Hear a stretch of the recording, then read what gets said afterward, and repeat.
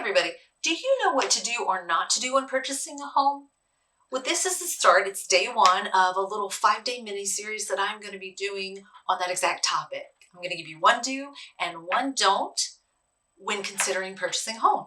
So the first one is do check your credit report. That is the most important step actually that you could do right at the beginning of the process, early on when considering a home, because it affects everything. It affects your ability to possibly get a loan, or certainly the parameters of the loan that you can get. So it's super important that you check it. You want to make sure that there aren't any errors in it. The people at the crediting agencies are perfect, right? There are things that happen, or usually what happens if something negative goes on the credit report, they have to wait for somebody to get back to them and say, oh, this is all taken care of and it's good now in writing and all of this. And it just usually doesn't happen.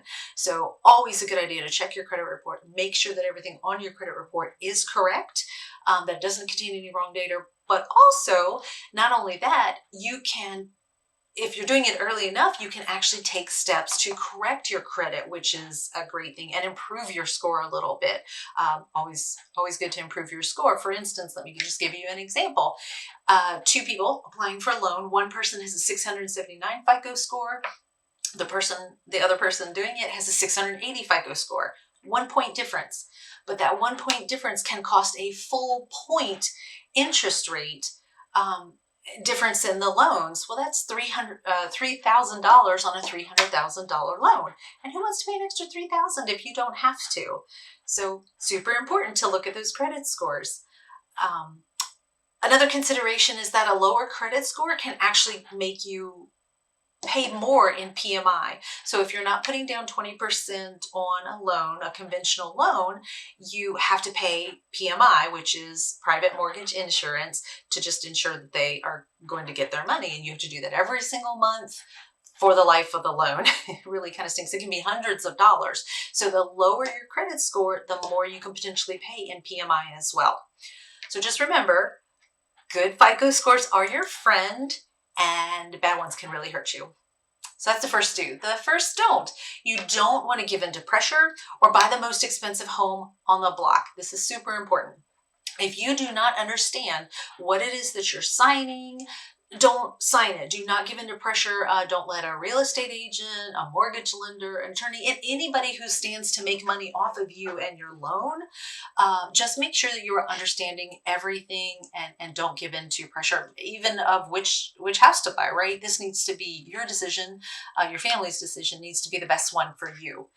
Be sure you're asking questions, expect the answers. If you don't understand, ask again. Just make sure that you are getting what you need. You're going to be the one living there and the one paying for it, and you don't want to resent the house or the house payment because you didn't take the time in the beginning and you just had those excitement jitters going on. Lastly, don't buy the most expensive house on the block. This is actually important too, for several reasons. One, you might have trouble selling it later on because it is the most expensive. So home prices are determined, a lot of it is determined by the homes that are around it, the neighborhood that it's in, the community that it's in. So if it's the grandest, most expensive house on the block, yes, it's impressive, but you won't get the return on the investment that you would want later on from that. Certainly, if you wanted to make improvements later on, you're just not going to get that money back. I actually have a story for that one. My mom has done this. So she is living in the same house that my dad and she had bought, 40 plus years ago. My dad's passed away now, but she's still living in the house. And they had done so many renovations to the house. They have way outpriced this house. I mean, it's probably $100,000 over the rest of the houses in the neighborhood. And she, and or us, whoever ends up selling the property is not going to get that money back because it's just not, the neighborhood is not able to sustain those prices. So you really have to be careful. It's not like buying the worst house in a neighborhood and its price actually goes up because you've got the nicer houses. When it's the nicest house, the price can actually be taken down by the surrounding houses. So just be super careful about that as well. Learn from my mom and don't do that. All right, thanks so much for watching. Remember, make the wise choice and look out for our day 2 coming up soon. Bye.